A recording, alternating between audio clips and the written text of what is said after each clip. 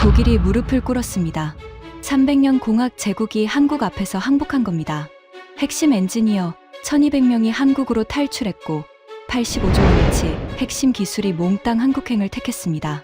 배터리 공급이 끊기면 72시간 안에 독일 공장 전체가 멈춥니다.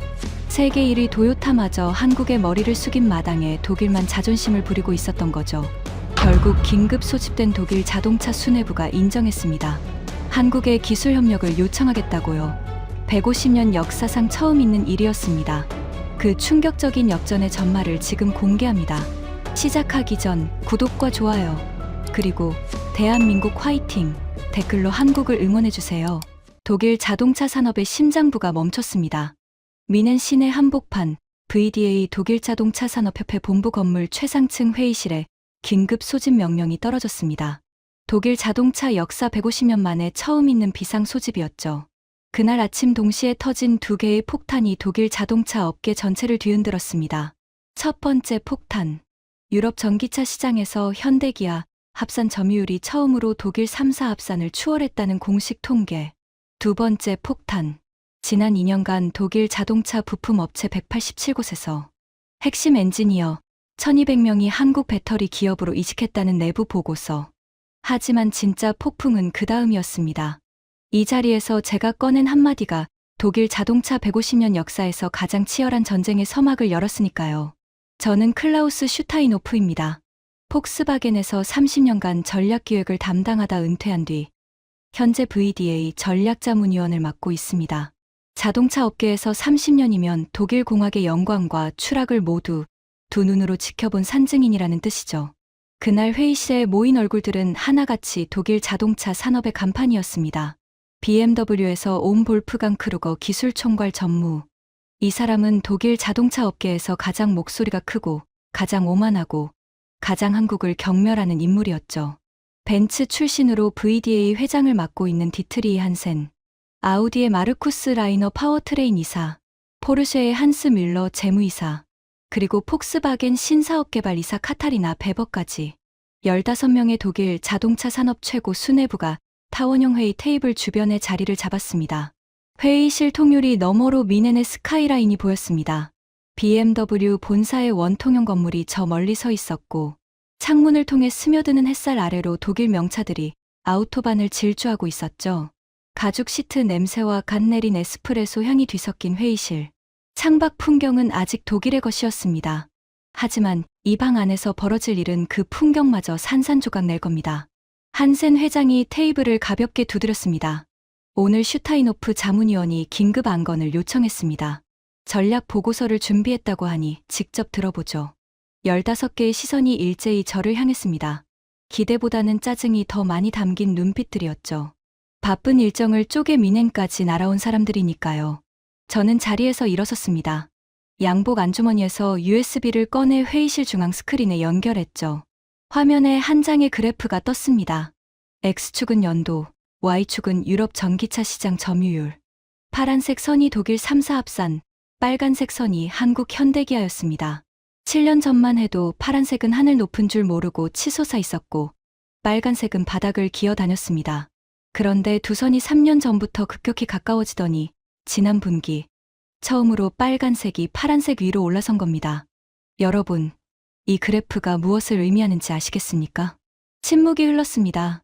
유럽 전기차 시장에서 현대기아가 독일 3사 합산 점유율을 처음으로 추월했습니다. 우리의 안방에서 한국에 역전당한 겁니다. 한스 뮬러가 코웃음을 쳤습니다. 전기차 한정 아닙니까? 전체 시장에서는 아직 우리가 압도적이죠. 그렇습니다. 아직은요. 저는 다음 슬라이드를 넘겼습니다. 전체 유럽 시장 추이 그래프였죠. 독일 3사의 파란색 선은 10년 연속 우하향, 현대기아의 빨간색 선은 가파른 우상향. 두 선이 만나는 예상 시점이 화면에 찍혀 있었습니다. 전체 시장 역전 예상 시점. 3년 뒤입니다. 회의실 공기가 순간 얼어붙었습니다. 누군가의 커피잔이 소서에 부딪히는 소리가 유난히 크게 울렸죠. 여기까지는 충격이었습니다. 하지만 충격은 분노로 바뀌기 마련이죠. 그리고 독일 자동차 업계의 분노는 상상 이상으로 뜨거웠습니다. 볼프강 크루거가 의자를 뒤로 밀며 자리에서 벌떡 일어났습니다. BMW 기술총괄 전무. 미넨 공대 기계공학 박사, 엔진 설계 28년. 이 사람에게 자동차란 종교였고 독일이란 그 종교의 성지였습니다. 잠깐만요. 슈타인호프 위원. 그의 목소리가 회의실 벽을 때렸습니다. 아침부터 겁먹은 숫자 몇 개 들고 와서 뭘 어쩌자는 겁니까? 전기차 시장이 뒤집혔다고요? 당연하죠. 우리는 지금 전환기에 있는 겁니다. 과도기라는 걸 모르십니까? 마르쿠스 라이너가 맞장구를 쳤습니다. 맞습니다. 아우디의 전기차 플랫폼 PPE가 내년 양산 시작되면 판이 완전히 바뀝니다. 우리가 본격적으로 시작도 안 한 걸 가지고 호들갑을 떨 필요가 있나요? 저는 조용히 대답했습니다. 그래서 제가 오늘 이 자리에 안건을 올린 겁니다. 스크린에 새로운 슬라이드가 떴습니다. 한 줄짜리 제안서 제목이었죠. 한국 현대기아그룹과의 전략적 기술 제휴 추진안. 3초간의 정적이 흘렀습니다. 그리고 폭발했습니다. 볼프강이 테이블을 주먹으로 내려쳤습니다. 쿵 하는 소리에 물잔이 흔들렸죠. 한국과 기술 제휴. 지금 뭐라고 했습니까? 그의 얼굴이 불그락푸르락 변했습니다. 관자놀이의 혈관이 울퉁불퉁 도드라져 보였죠. 독일 자동차 산업 150년 역사에서 누군가에게 기술 협력을 구걸한 적이 있습니까? 한 번이라도 우리가 세계의 자동차를 가르쳤지 누군가에게 배운 적은 없습니다. 프리드리 바이스가 고개를 끄덕였습니다. 벤츠에서 40년간 품질 관리를 해온 장인이었죠. 그의 손은 거칠었고 손톱 사이에는 아직도 기름때가 남아 있었습니다. 동감입니다. 우리 벤츠의 품질 기준이 어디서 왔는지 아시지 않습니까? DIM 표준. 제가 손수 15년간 다듬어온 겁니다. 그 기준을 한국차가 따라올 수 있다고 봅니까? 한스 뮬러가 안경을 밀어 올리며 냉소적으로 말했습니다.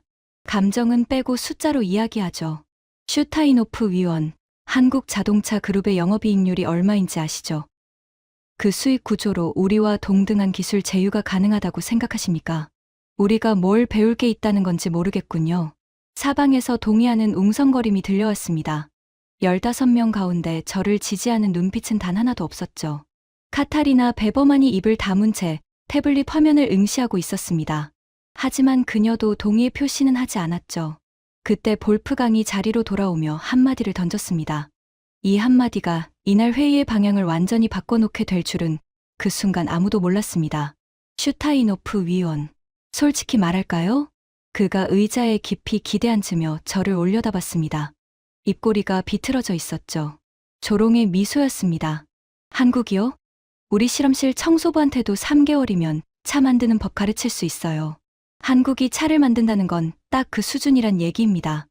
우리 도면 베껴서 싸게 찍어내는 게 전부인 카피캣한테 머리를 숙이자고요? 독일 공학 150년 역사를 모욕하는 겁니까? 심장이 쿵 내려앉았습니다. 예상은 했지만 이 정도로 직접적인 모욕이 나올 줄은 몰랐죠. 하지만 저는 주먹을 꽉 쥔 채 참았습니다. 아직 보여줄 것이 남아 있었으니까요. 볼프강의 발언이 끝나자 회의실의 공기가 완전히 달라졌습니다. 방금 전까지는 불편한 침묵이었다면 이제는 노골적인 저기가 회의실을 가득 채웠죠. 마르쿠스가 의자를 돌리며 저를 정면으로 바라봤습니다. 슈타인호프 위원, 현대차가 지금 잘 나간다는 건 인정합니다. 하지만 그게 기술력 때문입니까? 가격이죠. 우리보다 30% 싼 가격에 비슷한 사양을 우겨넣는 겁니다. 중국 업체들이랑 다를 게 뭡니까? 가격만이 아닙니다. 제가 보여드리고 싶은 건 바로 볼프강이 손을 들어 제 말을 잘랐습니다. 잠깐요. 더 듣기 전에 하나만 짚죠. 그가 천천히 자리에서 일어나 스크린 앞으로 걸어갔습니다. 제가 띄워놓은 그래프를 손가락으로 가리키며 말했죠. 이 빨간색 선, 한국 현대기아 맞죠? 제가 이 그래프에서 보이는 건 딱 하나입니다. 보조금이에요. 유럽 각국 정부가 전기차 보조금을 쏟아부으니까 싼 차가 잘 팔리는 거예요. 보조금 거치는 순간 이 빨간색 선은 곤두박질 칩니다. 두고 보십시오. 몇몇이 고개를 끄덕였습니다. 저는 한 발짝 앞으로 나섰습니다. 크루거 전무님, 그 논리라면 중국 전기차도 같은 혜택을 받고 있죠.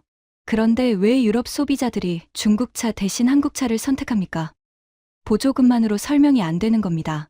순간 볼프강의 눈이 가늘어졌습니다. 그건 브랜드 마케팅이 좀 낮기 때문이죠. 한국은 마케팅을 잘하니까 중국보다는. 한스 뮬러가 끼어들었습니다.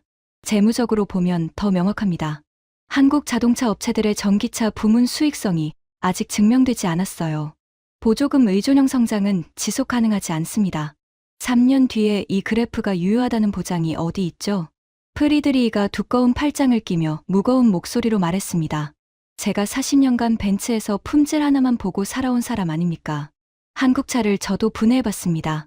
솔직히 말하면 겉은 괜찮아요. 하지만 속을 뜯어보면 우리와 차이가 납니다. 용접 정밀도, 도장 균일성, 내구 시험 기준. 우리의 80% 수준이에요. 그 20% 차이가 10년 뒤 차의 수명을 결정하는 겁니다. 사방에서 동의의 웅성거림이 터져 나왔습니다. 저는 점점 섬이 되어가고 있었죠. 15명 중 단 한 명의 아군도 없이 완전히 고립된 채 서 있었습니다. 볼프강이 자리로 돌아가며 결정타를 날렸습니다.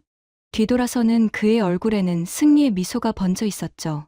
슈타이노프 위원께서 폭스바겐에서 30년 근무한 건 존경합니다.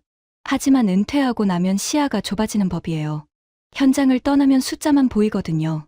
현장에서 실제로 차를 만들어 본 사람이라면 한국과 기술 제휴 같은 말은 입 밖에도 못 꺼냅니다. 저를 향한 조롱의 시선이 회의실을 가득 채웠습니다. 등에서 식은땀이 흘렀죠. 그때 한센 회장이 손을 들었습니다. 잠깐, 다들 진정하시죠. 회의실이 조용해졌습니다. 한센 회장은 VDA의 수장이자 벤츠에서 CEO까지 지낸 거물이었죠. 그가 입을 열면 모두가 귀를 기울였습니다.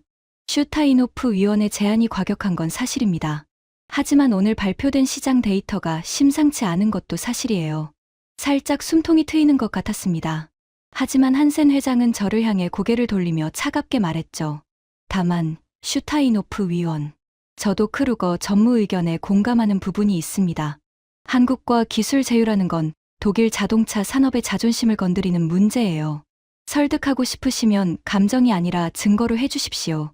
우리가 왜 한국에 머리를 숙여야 하는지, 그래야 하는 이유가 뭔지 반박할 수 없는 증거를 보여주시기 바랍니다. 저는 고개를 끄덕였습니다. 손끝이 미세하게 떨리고 있었지만 마음속에서는 오히려 불꽃이 타오르고 있었습니다. 감사합니다, 회장님. 증거를 보여드리겠습니다. 저는 USB 안에 들어있는 47장의 슬라이드를 아직 한 장도 제대로 보여주지 못한 상태였습니다. 첫 장 그래프만으로 이 난리가 난 거죠. 볼프강이 팔짱을 끼며 의자에 깊이 파묻혔습니다. 입꼬리에 여전히 조롱의 미소가 남아 있었죠. 좋습니다. 보여주세요. 카피캣 나라에 머리를 숙여야 하는 이유를 납득시켜 보시죠. 평생 차나 분해해본 사람으로서 기대되는군요. 마르쿠스가 시계를 힐끗 봤습니다. 1시간 안에 끝내주세요. 저 미넨 공항 비행기 시간 있습니다. 저는 속으로 생각했습니다. 1시간이면 충분합니다. 1시간이면 이 방 안의 모든 자존심을 무너뜨릴 수 있으니까요. 카타리나 베버가 조용히 태블릿을 내려놓고 저를 바라봤습니다. 15명 중 유일하게 저기가 없는 눈빛이었죠. 아직 아군은 아니었지만 적어도 적은 아니었습니다.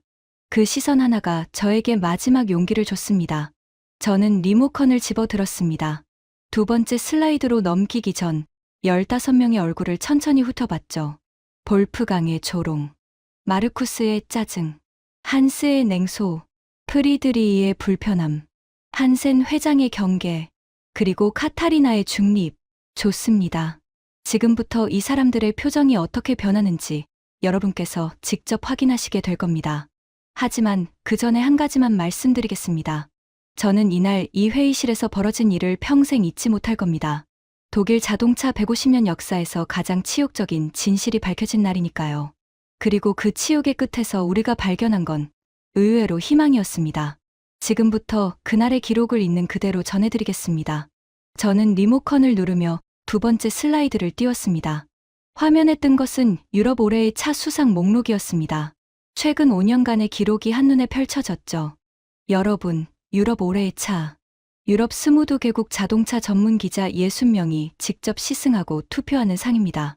이건 보조금으로 살 수 없는 거죠. 저는 화면을 가리켰습니다. 5년 전 현대 아이오니고가 유럽 올해의 차를 수상했습니다. 독일 차를 제치고요. 그때 우리 업계 반응이 뭐였습니까? 전기차 붐 타고 운이 좋았다. 한 번의 이변이라고 했죠. 그런데 그 뒤로 기아 EV6도 수상 후보에 올랐고 현대 아이오닉 6는 세계 올해의 차까지 석권했습니다. 볼프강이 손을 들었습니다. 상 하나 탔다고 기술력이 증명됩니까? 마케팅 잘하면 상 탈 수 있어요. 그렇다면 이건 어떻습니까? 다음 슬라이드. 유럽 주요 자동차 전문지 블라인드 테스트 결과였습니다. 독일 아우토빌트, 아우토모토르 운 투슈포르트, 영국 아카. 이 세 매체가 블라인드 테스트를 진행했습니다. 브랜드 로고를 가리고 순수하게 주행 성능, 실내 품질, 전자 장비, 충전 속도만으로 평가한 거죠. 저는 결과표를 확대했습니다. 아이오니고 대 BMW H3. 아이오니고 승. 기아 EV6 대 아우디 Q2트론. EV6 승. 현대 아이오닉 6 대 벤츠 EQE. 아이오닉 6 승. 세 매체 모두 동일한 결과입니다. 회의실에 묘한 긴장이 흘렀습니다. 마르쿠스의 얼굴이 살짝 굳어졌죠. 아우디 Q2트론은 그가 직접 개발을 총괄한 차였으니까요. 로고를 가렸을 때 독일 차가 졌습니다. 이것은 보조금 문제도 아니고 마케팅 문제도 아닙니다. 순수한 제품력의 차이라는 뜻이죠. 프리드리히가 불편한 표정으로 끼어들었습니다. 블라인드 테스트는 단기 인상 평가입니다. 5년, 10년 타보면 결과가 달라요. 내구성은 시간이 증명하는 거지 하루 이틀 시승으로 판단할 수 있는 게 아닙니다. 좋은 지적입니다. 바이스 이사님. 저는 고개를 끄덕이며 다음 슬라이드를 넘겼습니다. 미국 JD 파워 내구 품질 조사 결과였죠. 그래서 이것도 준비했습니다. JD 파워 차량 내구 품질 조사. 구매 후 3년 시점에서 10만 킬로미터 이상 주행한 차량의 결함 빈도를 측정하는 겁니다. 화면에 브랜드별 순위가 떴습니다. 현대, 기아 합산 결함 빈도 100대당 148건, BMW 176건, 벤츠 184건, 아우디 192건. 순간 프리드리히의 표정이 돌로 변했습니다. 40년 품질 장인의 자존심을 정면으로 때린 숫자였으니까요. 이 숫자가 뭘 의미하는지 아시겠습니까? 한국 차가 독일 차보다 고장이 적다는 겁니다. 3년 내구 품질에서요. 바이스 이사님이 말씀하신 시간의 검증. 그 시간이 한국의 손을 들어준 겁니다. 프리드리히가 입술을 꽉 깨물었습니다. 반박하고 싶었지만 JD 파워는 자동차 업계에서 가장 권위 있는 품질 조사 기관이었죠. 그 숫자를 부정하는 건 자동차인으로서 스스로를 부정하는 것이나 마찬가지였습니다. 볼프강이 다리를 꼬며 말했습니다. 좋아요. 한국차 품질이 올라온 건 인정합시다. 하지만 그게 기술 제휴를 해야 할 이유가 됩니까? 우리도 품질 끌어올리면 되는 거 아닙니까? 크루거 전무님, 문제는 품질만이 아닙니다. 저는 리모컨을 눌렀습니다. 진짜 문제는 지금부터입니다. 새로운 슬라이드가 떴습니다. 독일 자동차 부품 업체 인력 유출 현황. 이 슬라이드를 보는 순간 회의실의 분위기가 확 달라졌습니다. 지난 2년간 독일 자동차 관련 기업에서 한국 기업으로 이직한 엔지니어 수 1247명. 숫자가 화면 가운데 크게 떠 있었습니다. 보시에서 238명, GF에서 187명, 콘티넨탈에서 164명, 그리고 여기 계신 분들의 회사에서도 빠져나갔습니다. 저는 회사별 이직자 수를 하나하나 읽어나갔습니다. BMW 89명, 벤츠 76명, 아우디 63명, 폭스바겐 112명, 포르쉐에서도 34명이 나갔습니다. 볼프강의 표정이 처음으로 살짝 흔들렸습니다. 89명이라는 숫자가 그의 코앞에 떨어진 거죠. 이 사람들이 어디로 갔는지 아십니까? 삼성 SDI, LG에너지 솔루션, SK온, 한국 배터리 3사입니다. 그리고 현대차 연구소, 특히 배터리 셀 설계, 전력전자, 자율주행 센서 분야 핵심 인력이 집중적으로 빠져나갔습니다. 마르쿠스가 인상을 찌푸렸습니다. 그건 연봉 문제 아닙니까? 한국 기업들이 독일보다 30% 이상 높은 연봉을 제시한다는 건 업계에서 다 아는 사실이죠. 돈 때문에 간 거예요. 연봉 때문이기도 합니다. 저는 인정했습니다. 하지만 다음 슬라이드를 넘기며 말했죠. 그런데 이직자 320명을 대상으로 한 익명 설문 결과가 있습니다. 이직 사유 1위가 뭔지 아십니까? 화면에 설문 결과가 떴습니다. 1위. 의사결정 속도와 실행력 차이 67%. 2위. 연봉 및 처우 54%. 3위. 기술 투자 규모와 비전 49%. 1위가 연봉이 아니라 의사결정 속도입니다. 67%의 이직자가 독일 기업의 느린 의사결정을 떠난 이유로 꼽았습니다. 한스 밀러가 고개를 갸웃했습니다. 의사결정 속도가 이직 사유라고요? 우리가 신중한 건 품질을 위해서인데. 밀러 이사님, 이 이직자들이 남긴 인터뷰를 하나만 읽어드리겠습니다. 저는 준비해둔 메모를 꺼냈습니다. BMW에서 12년 근무한 배터리 셀 엔지니어. 현재 LG에너지솔루션 재직 중인 토마스라는 사람의 인터뷰입니다. 저는 천천히 읽기 시작했습니다. 독일에서는 새로운 배터리 설계안을 올리면 승인까지 14개월이 걸렸습니다. 14개의 부서를 거쳐야 했고 매번 같은 질문을 받았죠. 리스크는 뭐냐? 선례가 있느냐? 한국에 와서 같은 설계안을 올렸더니 3주 만에 승인이 나고 5주 뒤에 시제품이 나왔습니다. 그때 깨달았어요. 독일에서 14개월 걸리는 일이 한국에서는 8주면 끝난다는 걸. 제가 독일에서 경력 12년 동안 시도한 혁신보다 한국에서 1년 동안 실현한 혁신이 더 많습니다. 회의실이 조용해졌습니다. 아까까지 웅성거리던 소리가 사라졌죠. 볼프강이 입을 열었습니다. 하지만 아까의 기세는 분명히 한 톤 낮아져 있었습니다. 한두 명의 인터뷰를 일반화하는 건 위험하죠. 물론입니다. 그래서 숫자로 보여드리겠습니다. 다음 슬라이드. 독일과 한국 자동차 기업의 신차 개발 기간 비교였습니다. 독일 3사 평균 신차 개발 기간. 컨셉부터 양산까지 62개월. 현대기아 평균 38개월. 24개월의 차이입니다. 마르쿠스가 즉시 반박했습니다. 그건 우리가 품질 검증에 더 많은 시간을 투자하기 때문이에요. 빨리 만드는 게 능사가 아닙니다. 라이너 이사님, 그 24개월 동안 한국은 뭘 했는지 아십니까? 저는 화면을 전환했습니다. 한국이 우리보다 24개월을 아끼는 사이, 그 시간 동안 3번의 모델 업데이트를 완료합니다. 우리가 한 세대를 만드는 동안 한국은 3세대를 진화시키는 거죠. 5년이 지나면 우리는 1세대 뒤, 10년이면 2세대 뒤처집니다. 이게 지금 유럽 시장에서 벌어지고 있는 현실입니다. 그 순간이었습니다. 카타리나 베버가 처음으로 입을 열었죠. 슈타이노프 위원님. 15개의 시선이 일제히 카타리나를 향했습니다. 폭스바겐 신사업개발이사. 이 방에서 가장 젊은 임원이었고 가장 조용히 듣고 있던 사람이었습니다. 저도 비슷한 데이터를 본 적이 있습니다. 폭스바겐 내부에서도 개발 기간 단축이 화두거든요. 그녀가 태블릿을 들어 올렸습니다. 우리 아이디. 3 플랫폼 개발에 58개월이 걸렸는데 같은 기간 동안 현대차는 eGMP 플랫폼을 개발하고 아이오닉5, 아이오닉6, EV6, EV9까지 4개 모델을 양산 라인에 올렸어요. 회의실이 술렁였습니다. 볼프강이 카타리나를 날카롭게 쏘아봤습니다. 베버 이사, 지금 슈타이노프 위원 편을 드는 겁니까? 카타리나가 담담하게 대답했습니다. 편을 드는 게 아니라 사실을 말하는 겁니다. 크루거 전무님. 첫 번째 균열이었습니다. 15명 중 1명. 아직 갈 길이 멀었지만 완전한 고립에서 벗어나는 첫 순간이었죠. 저는 속으로 깊이 숨을 내쉬었습니다. 하지만 볼프강은 여전히 꿈쩍도 하지 않았습니다. 오히려 더 단단해진 표정으로 저를 노려봤죠. 좋습니다. 한국이 빠른 건 인정합시다. 빠르게 카피하니까 빠른 거예요. 독창적인 기술은 여전히 우리한테 있습니다. 정말 그렇습니까? 저는 3번째 슬라이드 묶음을 준비하며 말했습니다. 지금부터 보여드릴 것은 크루거 전무님의 그 믿음이 얼마나 위험한 착각인지 증명하는 자료입니다. 전기차의 심장이 뭡니까? 제가 던진 질문에 마르쿠스가 즉답했습니다. 배터리죠. 당연한 거 아닙니까? 맞습니다. 그렇다면 그 심장을 누가 쥐고 있습니까? 스크린에 세계 전기차 배터리 시장 점유율이 떴습니다. 원형 그래프였죠.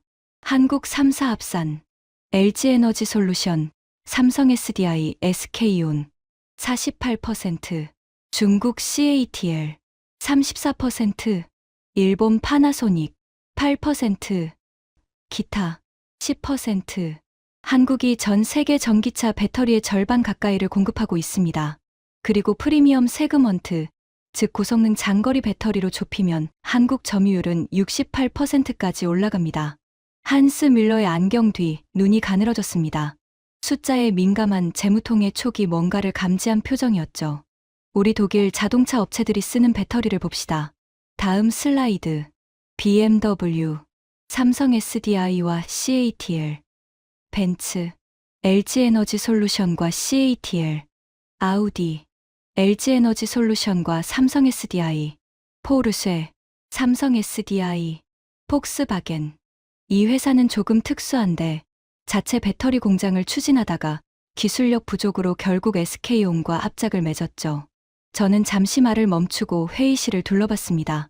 여러분, 이 방에 계신 모든 분의 회사가 한국 배터리 없이는 전기차 한 대도 만들 수 없습니다. 단 한 대도요. 무거운 침묵이 내려앉았습니다. 볼프강이 자세를 고쳐 앉으며 반격했습니다. 그래서 우리가 자체 배터리 개발을 추진하고 있는 거 아닙니까? 독일 정부가 배터리 셀 자립을 위해 투자하고 있고 몇 년 안에 우리도 자체 생산이 가능해질 겁니다. 크루거 전무님, 그 이야기를 해주셔서 감사합니다. 저는 준비된 슬라이드를 넘겼습니다. 독일 자체 배터리 셀 프로젝트 현황입니다. 화면에 독일 정부와 기업들의 배터리 투자 타임라인이 떴습니다. 빨간색 표시가 곳곳에 찍혀 있었죠. 5년 전, 독일 정부가 유럽 배터리 자립을 선언하며 40억 유로, 한화 약 6조 원을 투입했습니다. 그 뒤 어떻게 됐습니까? 저는 하나하나 짚어나갔습니다. 폭스바겐의 잘츠기터 배터리 공장, 양산 목표를 2차례 연기했습니다. 이유는 수율 문제, 셀 불량률이 목표치의 3배를 넘겼죠. 노스볼트, 유럽의 희망이라 불렸던 스웨덴 배터리 스타트업, 독일 자동차 업체들이 수십억 유로를 투자했죠. 결과는 어떻습니까? 파산 신청을 했습니다. 양산 기술을 확보하지 못한 채로요. ACC, 벤츠와 스텔란티스가 합작한 배터리 회사, 역시 양산 일정을 1년 이상 지연했고 생산 단가가 한국 업체 대비 40% 높은 상황입니다. 한스 밀러가 손으로 이마를 짚었습니다. 재무이사로서 이 숫자들의 의미를 정확히 알고 있었죠. 투자금은 나갔는데 결과물이 없는 상황. 주주들에게 설명할 수 없는 상황이었습니다. 여러분, 숫자를 정리해드리겠습니다. 저는 비교표를 띄웠습니다. 한국 LG에너지솔루션의 파우치형 배터리 셀 수율 97%, 삼성 SDI 각형 셀 수율 96%, 독일 자체 생산 셀 수율 최고치가 82%입니다. 이 격차가 무엇을 의미하는지 아시겠습니까? 마르쿠스가 조용히 물었습니다. 아까의 공격적인 톤은 사라져 있었죠. 수율 15% 차이면 원가에서 얼마나 벌어지는 겁니까? 셀당 원가 차이로 환산하면 대당 약 8,000유로입니다. 한화 약 1,200만 원이에요. 같은 차를 만드는데 배터리 원가만으로 1,200만 원이 더 드는 겁니다. 이 차이를 소비자 가격에 전가하면 경쟁력이 없고 기업이 흡수하면 적자죠. 프리드리히가 낮은 목소리로 중얼거렸습니다.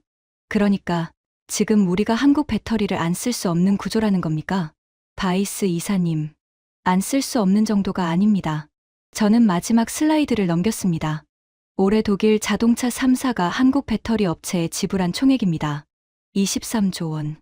우리 독일 자동차 산업 전체 영업이익의 34%에 해당하는 금액이 한국으로 넘어가고 있습니다.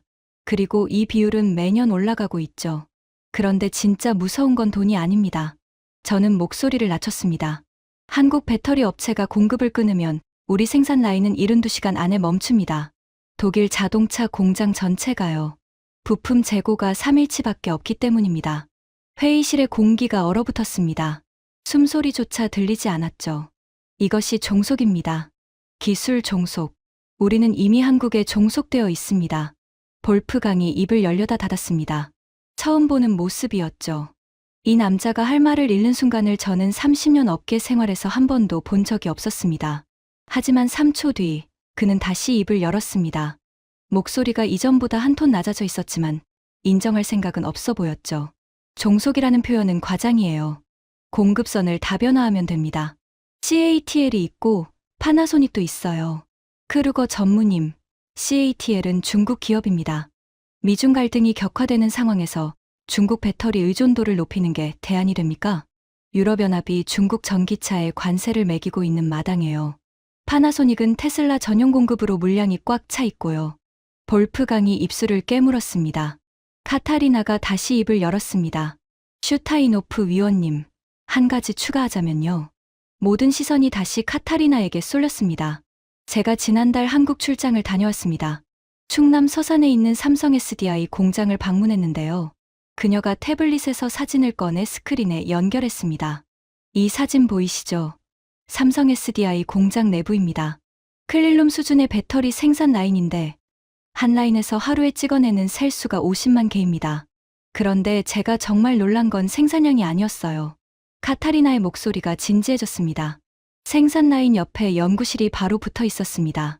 라인에서 불량이 나오면 30분 안에 연구원이 달려와서 원인을 분석하고 그 주 안에 공정이 수정됩니다. 우리 폭스바겐에서 같은 일을 하려면 보고서 작성, 부서 간 협의, 승인까지 최소 3개월이 걸려요. 프리드리히가 두 손을 깍지 낀 채 테이블 위에 올려놓았습니다. 그의 거친 손이 미세하게 떨리고 있었죠. 그러니까 지금 이야기는 기술력 차이만이 아니라 시스템 자체가 다르다는 겁니까? 그렇습니다. 카타리나가 고개를 끄덕였습니다. 볼프강이 테이블을 손가락으로 톡톡 두드리며 말했습니다. 베버 이사. 한국 공장 한번 가보고 감명받은 건 알겠는데 그게 우리가 한국의 기술 협력을 구걸해야 하는 이유가 되는 건 아니잖소. 카타리나가 볼프강을 정면으로 바라봤습니다. 구걸이 아니라 생존입니다. 크루거 전무님. 회의실에 팽팽한 긴장이 흘렀습니다. 볼프강과 카타리나의 시선이 허공에서 부딪혔죠. 하지만 볼프강이 먼저 시선을 거두었습니다. 저는 그것을 놓치지 않았죠. 그 순간 한센 회장이 옆에 앉아 있던 보시 출신 하인리 로트가 천천히 손을 들었습니다. 저도 하나 말씀드려도 될까요? 한센 회장이 고개를 끄덕였습니다. 보시에서 전장 사업부를 맡고 있었을 때 한국 현대모비스와 합작 프로젝트를 진행한 적이 있습니다. 주행보조 시스템이었는데요. 그가 안경을 벗어 닦으며 말을 이었습니다. 솔직히 말하면 프로젝트 시작 전에는 우리가 가르치는 입장이라고 생각했어요. 그런데 3개월이 지나니까 입장이 뒤바뀌어 있었습니다. 센서 퓨전 알고리즘에서 현대모비스 쪽이 우리보다 2세대 앞서 있었거든요. 회의실에서 두세 명이 불편한 기침을 했습니다. 하인리히가 계속했죠. 그때 제가 팀원들에게 물었습니다. 우리가 이 분야에서 언제부터 뒤처졌는지를 파악하라고요. 돌아온 대답은 충격적이었습니다.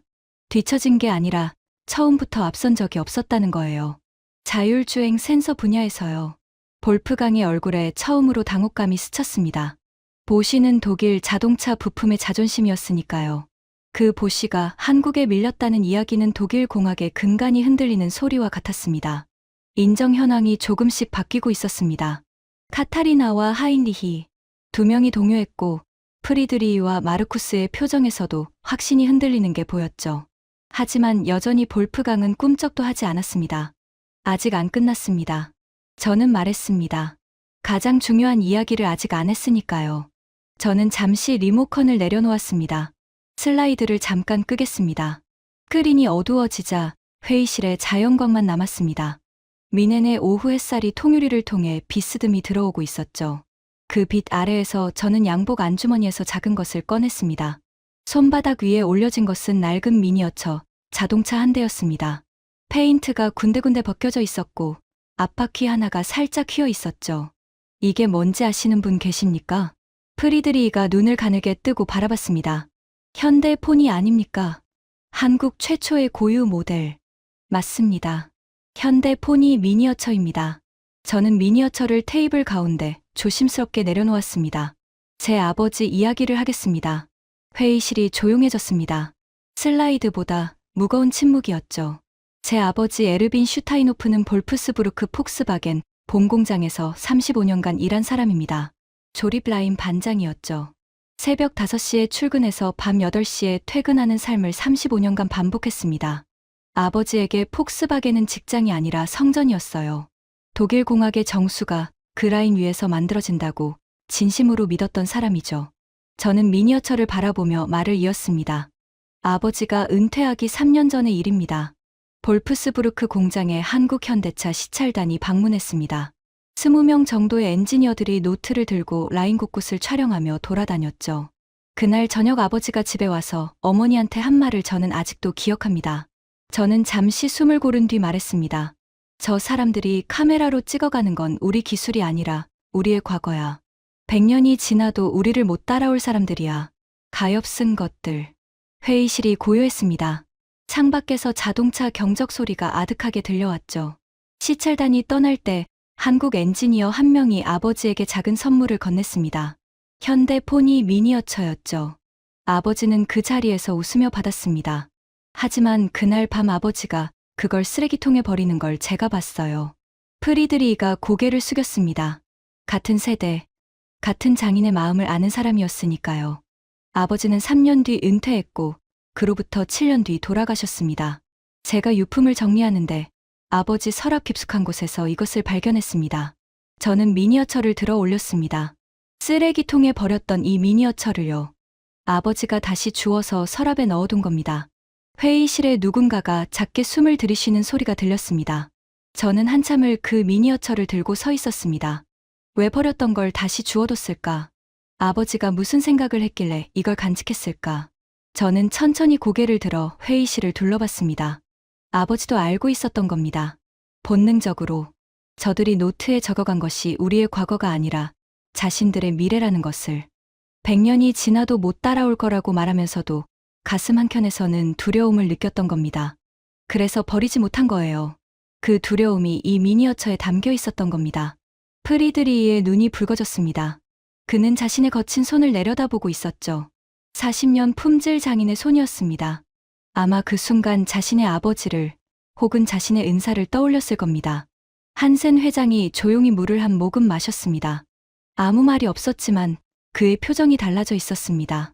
경계에서 경청으로 바뀐 거죠. 볼프강만이 팔짱을 낀 채 미동도 하지 않았습니다. 하지만 아까의 조롱은 사라져 있었죠. 그의 턱 근육이 미세하게 움직이고 있었습니다. 이를 꽉 깨물고 있다는 신호였죠. 저는 미니어처를 다시 주머니에 넣으며 말했습니다. 아버지가 두려워한 것이 현실이 됐습니다. 그리고 지금 이 회의실에 앉아 계신 여러분 모두가 그 현실 앞에 서 있습니다. 저는 다시 리모컨을 집어들었습니다. 감정적인 이야기는 여기까지입니다. 지금부터 보여드릴 것은 아버지의 두려움이 정확히 무엇이었는지, 그리고 그것이 얼마나 정확했는지를 증명하는 데이터입니다. 스크린이 다시 켜졌습니다. 이번에 뜬 것은 전기차 플랫폼 비교표였습니다. 전기차 시대에 자동차의 가치는 어디에 있습니까? 엔진이 아닙니다. 플랫폼이죠. 배터리를 어떻게 배치하고, 모터를 어떻게 제어하고, 소프트웨어를 어떻게 통합하느냐. 이 플랫폼이 곧 전기차의 DNA입니다. 저는 비교표를 가리켰습니다. 현대기아의 EGMP 플랫폼. 800V 충전 아키텍처를 세계 최초로 양산차에 적용했습니다. 18분 만에 배터리 10%에서 80%까지 충전이 가능하죠. 우리 독일차의 400V 시스템은 같은 충전에 35분이 걸립니다. 마르쿠스의 얼굴이 굳었습니다. 파워트레인 이사로서 이 숫자의 의미를 정확히 알고 있었으니까요. 800V 아키텍처가 왜 중요한지 설명하겠습니다. 전기차의 일상적 불편함 1위가 충전 시간입니다. 18분과 35분의 차이. 이건 커피 한 잔 마시는 시간과 점심을 먹어야 하는 시간의 차이예요. 소비자한테는 그게 선택의 이유가 됩니다. 그런데 더 심각한 건 이겁니다. 다음 슬라이드. 우리 독일 3사가 800V 시스템을 양산차에 적용하겠다고 발표한 시점. 3년 전입니다. 그런데 아직도 양산 라인에 올리지 못했습니다. 왜냐하면 800V에 맞는 인버터, 컨버터, 충전 시스템을 자체 개발하지 못했기 때문이죠. 그래서 어디 것을 쓰고 있냐면요. 저는 한 박자 쉬었습니다. 한국, 현대모비스와 LG이노텍이 만든 부품입니다. 순간 마르쿠스가 자리에서 벌떡 일어났습니다. 잠깐만요. 우리 아우디 PPE 플랫폼의 800V 시스템은 자체 개발이라고 발표했는데, 발표는 그렇게 했죠. 저는 담담하게 대답했습니다. 하지만 그 안에 들어가는 핵심 전력 반도체는 어디서 옵니까? 실리콘 카바이드 파워 모듈. 이걸 양산 수준으로 만들 수 있는 업체가 전 세계에 4곳입니다. 인피니온, ST마이크로, 울프스피드, 그리고 한국 삼성전자. 이 중 자동차 등급 품질을 안정적으로 대량 공급할 수 있는 곳은 인피니온과 삼성 둘뿐이에요. 그런데 인피니온의 자동차용 실리콘 카바이드 생산량의 40%가 이미 한국 현대기아에 선계약되어 있습니다. 회의실에 웅성거림이 퍼졌습니다. 무슨 뜻이냐면요. 우리가 800V 시스템을 만들려면 어차피 한국 기업한테 줄을 서야 한다는 겁니다. 우리 것이라 부를 수 있는 건 겉껍데기뿐이에요. 볼프강이 이를 악물었습니다. 관자놀이의 핏줄이 다시 도드라졌죠. 그래서 어쩌자는 겁니까? 영원히 한국한테 끌려다니자는 겁니까? 아닙니다. 영원히 끌려다니지 않기 위해 지금 손을 잡아야 한다는 겁니다. 저는 다음 슬라이드를 넘겼습니다. 여기서 끝이 아닙니다. 더 무서운 게 있어요. 화면에 뜬 것은 폭스바겐 전기차 ID 4의 리콜 현황이었습니다. 회의실의 공기가 차갑게 식었죠. 폭스바겐 ID 4 시리즈 출시 이후 소프트웨어 관련 리콜만 8차례, 누적 리콜 대수 48만 대, 유럽 소비자 평가에서 인포테인먼트 시스템 만족도 최하위, 미국 컨슈머 리포트 추천 제외, 폭스바겐 출신인 카타리나의 얼굴이 살짝 붉어졌습니다. 하지만 그녀는 반박하지 않았죠. 사실이었으니까요. 문제가 뭐냐면 이게 하드웨어 결함이 아니라 소프트웨어 결함이라는 겁니다. 저는 목소리를 높였습니다. 독일은 기계를 만드는 데는 세계 최고입니다. 하지만 전기차는 기계가 아니라 달리는 컴퓨터예요. 소프트웨어가 차의 70%를 결정하는 시대가 왔는데 우리는 소프트웨어에서 참패하고 있습니다. 한국은 어떻습니까? 다음 슬라이드. 현대기아의 차량 소프트웨어 역량 분석이었습니다. 현대기아는 소프트웨어 개발 인력만 1만 2천 명입니다. 삼성전자, 네이버, 카카오 출신 개발자들이 자동차 업계로 대거 유입됐죠. 이 나라는 반도체, 스마트폰, 디스플레이를 만들던 IT 기술력을 자동차의 통째로 이식하고 있습니다. OTA 업데이트 횟수를 비교해 보겠습니다. 화면에 숫자가 떴습니다. 현대기아 전기차 연평균 OTA 업데이트 횟수 14회, BMW 4회, 벤츠 3회, 아우디 2회, 14회 대 3회. 한국 전기차는 1년에 14번 진화합니다. 우리는 3번이에요. 매달 한 번씩 더 좋아지는 차와 분기에 한 번 겨우 패치되는 차. 3년 뒤에 이 격차가 얼마나 벌어져 있을지 상상이 되십니까? 마르쿠스가 천천히 자리에 앉았습니다. 아까 비행기 시간을 걱정하던 사람은 이미 사라져 있었죠. 그의 얼굴에는 불안이 가득했습니다. 한스 밀러가 안경을 벗어 테이블 위에 내려놓았습니다. 숫자의 언어를 누구보다 잘 읽는 사람이었죠. 슈타이노프 위원. 솔직하게 물어봅시다. 그가 저를 정면으로 바라봤습니다. 우리가 이 격차를 자체적으로 좁힐 수 있는 시간이 얼마나 남았다고 봅니까? 저는 준비해둔 마지막 슬라이드를 띄웠습니다. 단 하나의 숫자만 화면에 떠 있었죠. 5년. 5년입니다.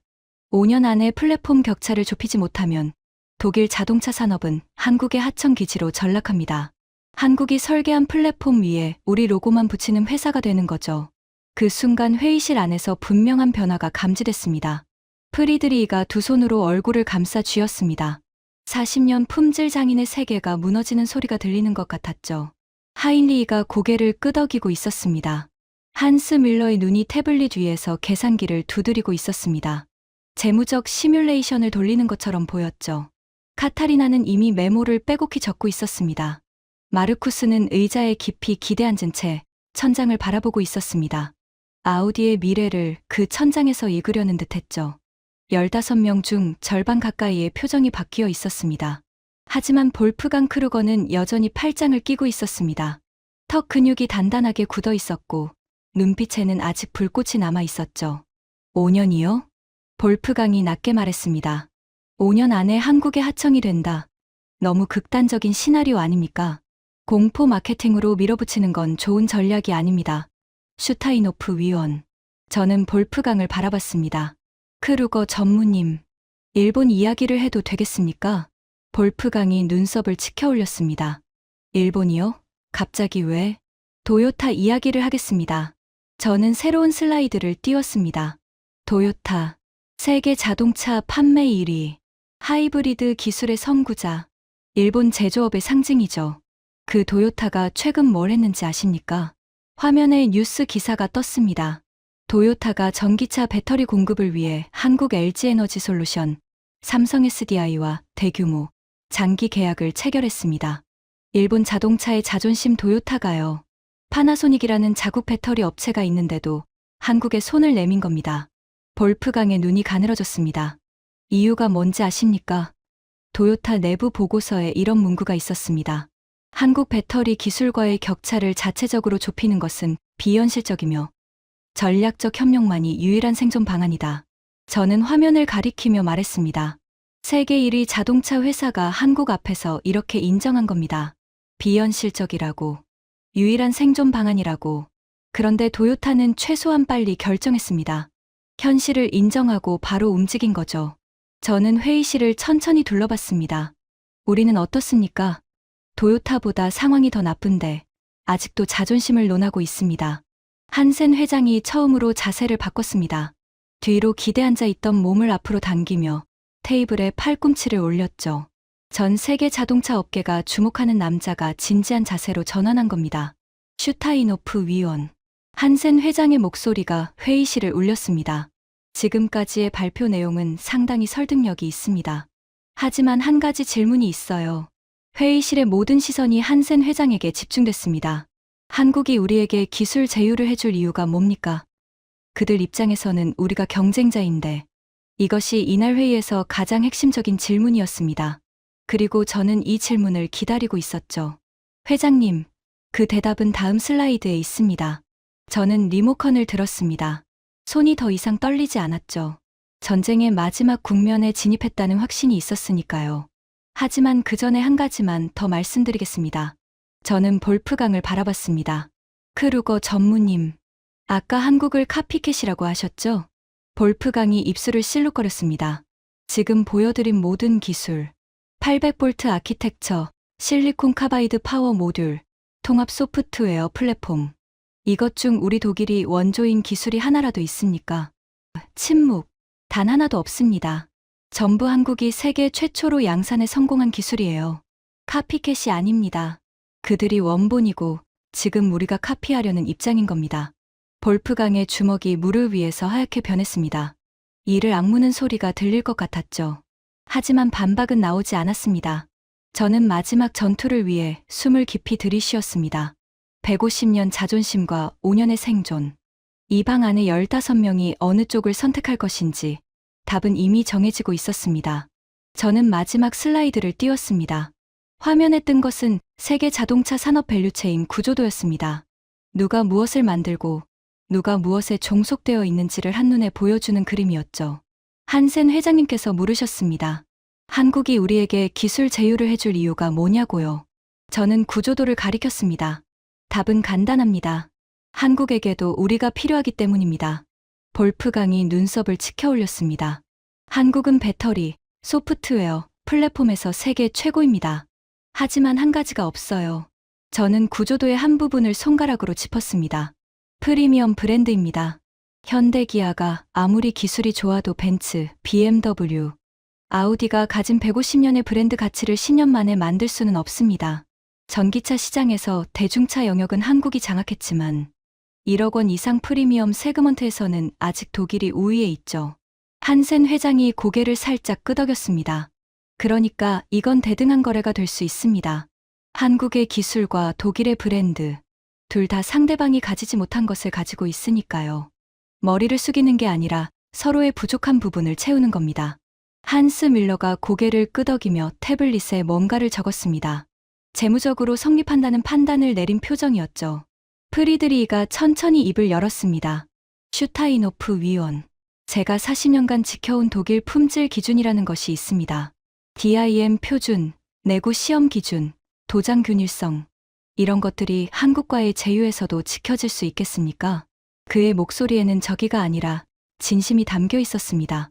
40년 장인이 마지막까지 지키고 싶은 것을 물어보는 거였죠. 바이스 이사님. 오히려 질문을 바꿔야 합니다. 저는 진지하게 대답했습니다. 한국의 배터리 셀 수율 97%.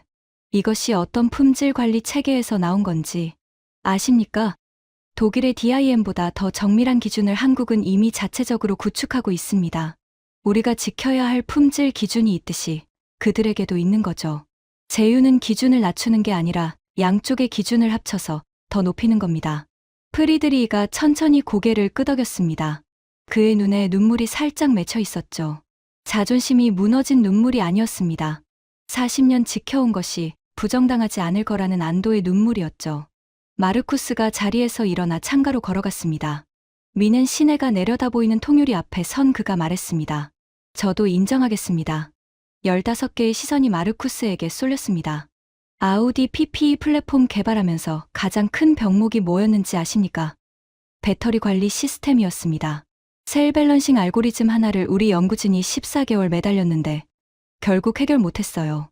결국 한국협력사에서 파견 나온 엔지니어 3명이 6주 만에 풀었습니다. 그가 돌아서서 회의실을 바라봤습니다. 6주요. 우리가 14개월 걸려도 못한 걸 6주 만에 해결한 사람들이에요. 그때 알았습니다. 이건 격차가 아니라 차원이 다른 거라고요. 회의실에 긴 침묵이 흘렀습니다. 하인리히가 조용히 말했습니다. 저도 보시에서 같은 경험을 했습니다.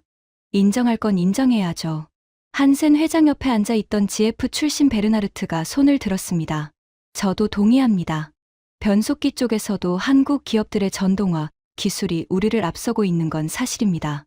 하나, 둘, 셋. 동의의 목소리가 연쇄적으로 터져 나왔습니다. 콘티넨탈에서 온 슈미트도 고개를 끄덕였고 보시 시스템 사업부의 피셔도 맞는 말입니다라고 말했죠. 15명 중 12명의 표정이 바뀌어 있었습니다.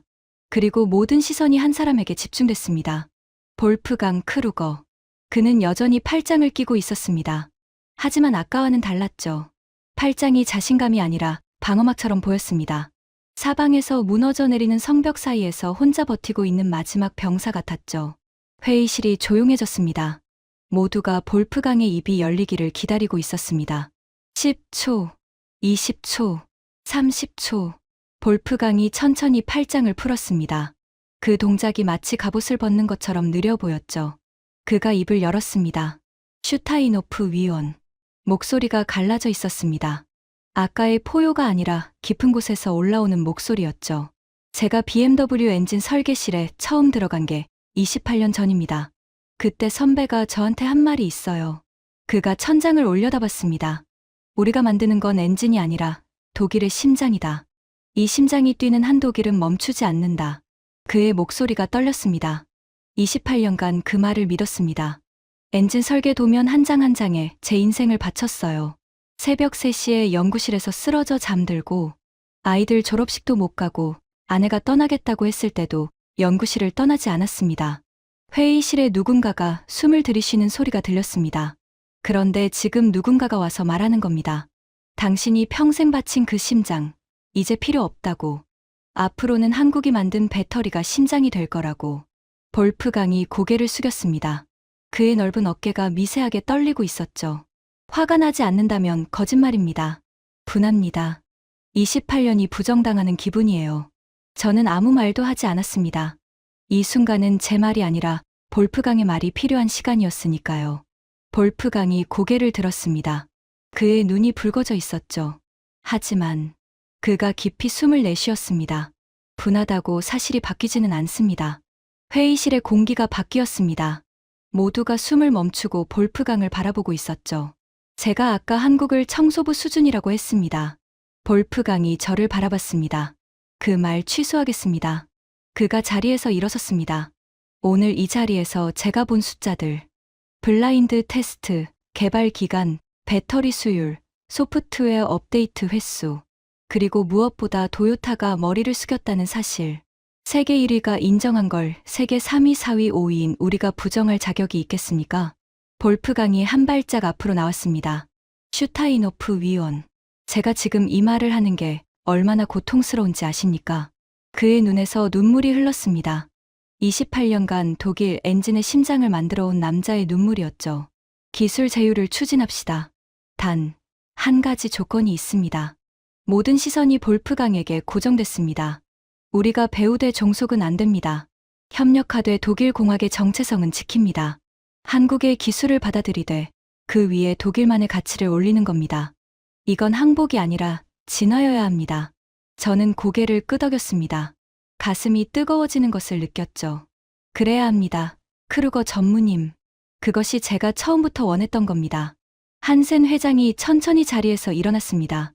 회의실 전체가 숨을 죽였습니다. VDA 회장, 전 벤츠 CEO. 이 남자의 한마디가 독일 자동차 산업의 방향을 결정하는 거였으니까요. 오늘 이 자리에서 많은 것을 들었습니다. 그가 회의실을 천천히 둘러봤습니다. 솔직히 말하면 아침에 이 자리에 앉았을 때 저도 크루거 전무와 같은 생각이었습니다. 한국과 기술 제휴? 독일의 체면이 허락하지 않는다고요. 그가 잠시 말을 멈추었다가 이었습니다.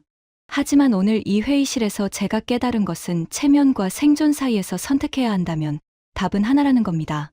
한센 회장이 저를 바라봤습니다. 슈타이노프 위원. 한국과의 기술 제휴 추진안을 공식 안건으로 상정하겠습니다.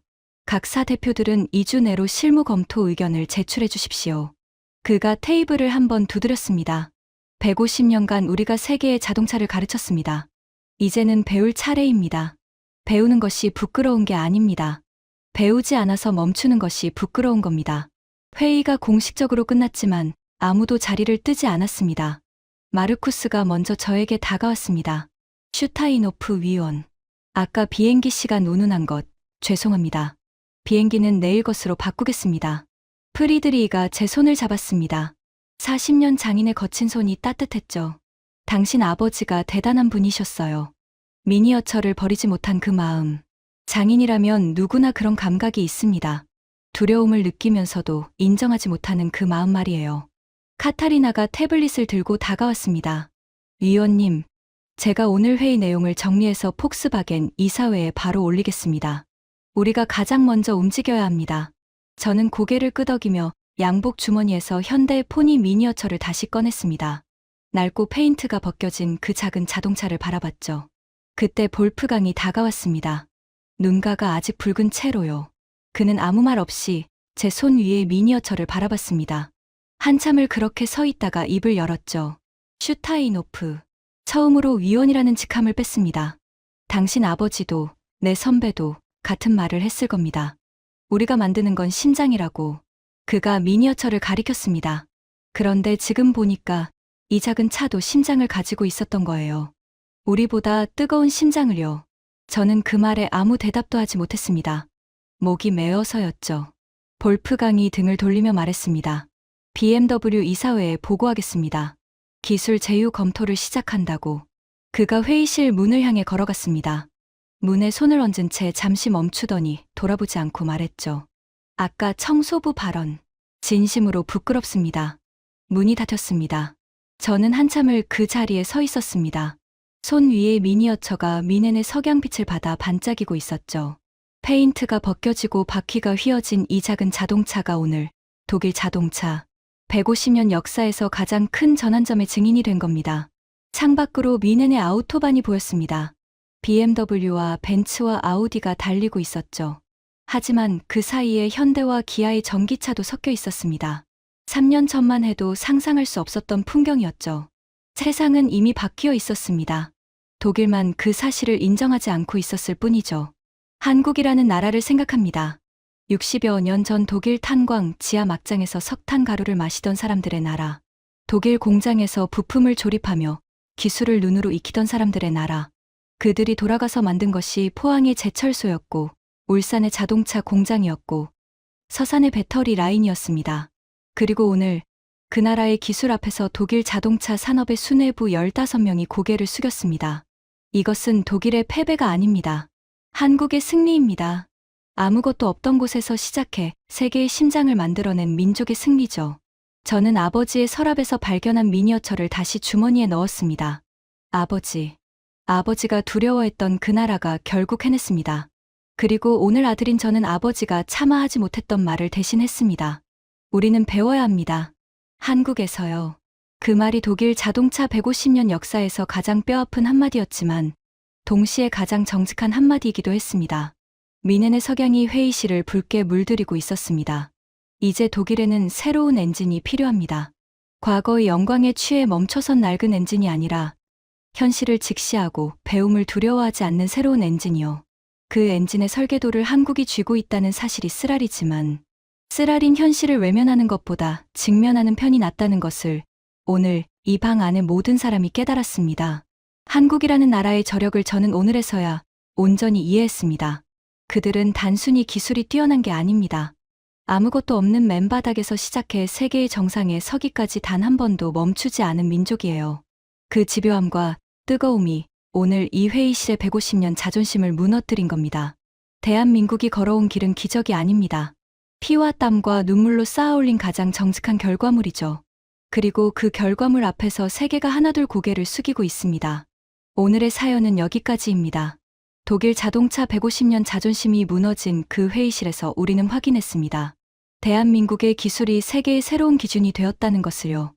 이 이야기가 마음에 드셨다면 주변에 널리 공유해 주세요. 우리가 흘린 땀은 헛되지 않았습니다. 구독과 좋아요도 부탁드립니다. 지금까지 감동테라였습니다. 감사합니다.